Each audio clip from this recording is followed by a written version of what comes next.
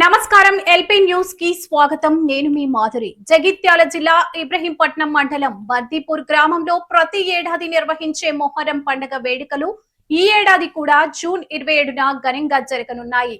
మోహన్ యోగి గారి ఆధ్వర్యంలో జరిగే ఈ వేడుకలకు భారీ సంఖ్యలో భక్తులు హాజరు కానున్నారు. పూర్తి వివరాలు ఇప్పుడు చూద్దాం.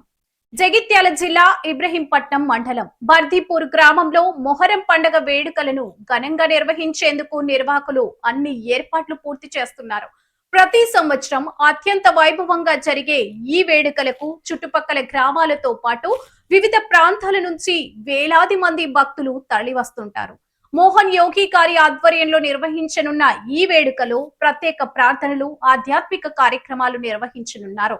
వేడుకల సందర్భంగా మోహన్ యోగి గారు దైవ సన్నిధిలో గ్రామమంతా తిరుగుతూ భక్తులకు ఆశీర్వాదాలు అందించనున్నారు.